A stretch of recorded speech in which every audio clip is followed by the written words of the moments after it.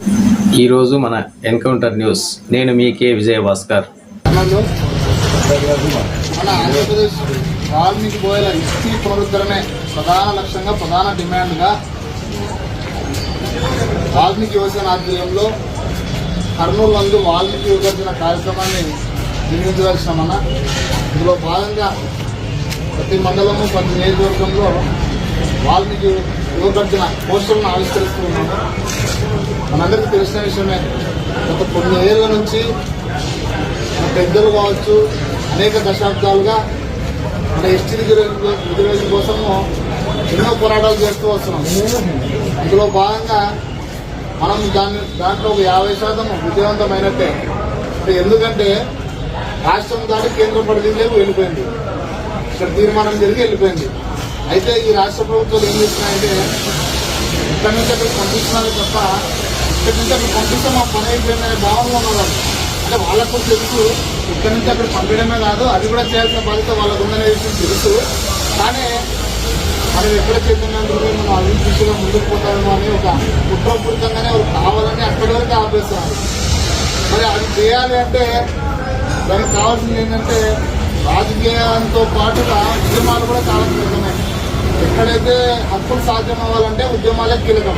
ఒకవైపు ఉద్యమాలు జరగాలి, ఒకవైపు రాజకీయంగా కూడా ముందుకు వెళ్ళాలి. అప్పుడే ఆ హక్కులు అనేది సాధ్యమవుతాయి. కాబట్టి మనందరం గమనించవచ్చు, 4 సంవత్సరం అవుతుంది ఎక్కడే కానీ మన వాల్మీకి బోయలకు సంబంధించి ఎక్కడే కానీ ఏ ఉద్యమం జరగలేదు.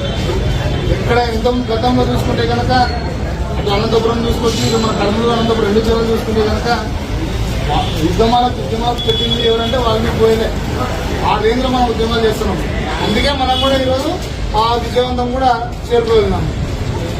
కానీ కొన్ని కారణాల వల్ల మన పెద్దలు, కొన్ని రాజకీయాల వల్ల వాళ్ళందరూ ఎవరి దారిన వాళ్ళు ఉండగా కూడా మన వంతుగా యువకులము, మన వంతుకు దీని బాధ్యత తీసుకుని మనము జాతి కోసం కృషి చేయరాదు అని ఒక ఆలోచన చేసే మేమందరం కూడా యువకులందరం కలిసి రాజకీయాలకు అతీతంగా అన్ని సంఘాలను కలుపుకొని వాల్మీకి బోయల ఎస్టీ ప్రభుత్వంగా ప్రధాన డిమాండ్గా మేము ఈరోజు ఈ కార్యక్రమాన్ని పెద్దల మేధావుల అందరి సలహాల సూచనలు వాళ్ళ సహకారంతో ఈ కార్యక్రమాన్ని చేసి ఎదుర్కొంటున్నాము.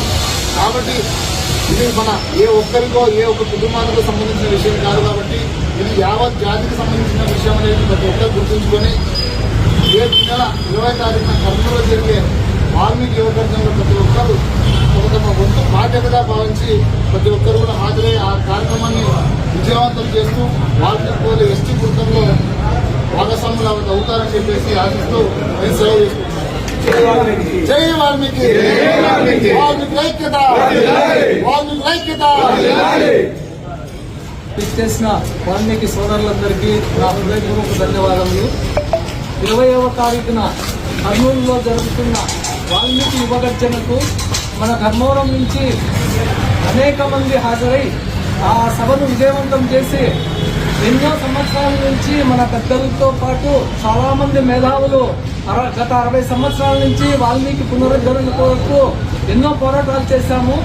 మన మిత్రుడు వినోద్ కుమార్ చెప్పినట్లు దాదాపు 50-60% మనము సక్సెస్ అయినాం.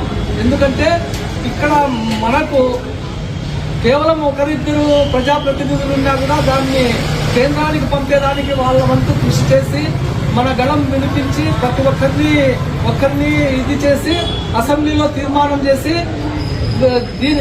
ఢిల్లీకి పోయింది కేంద్రానికి.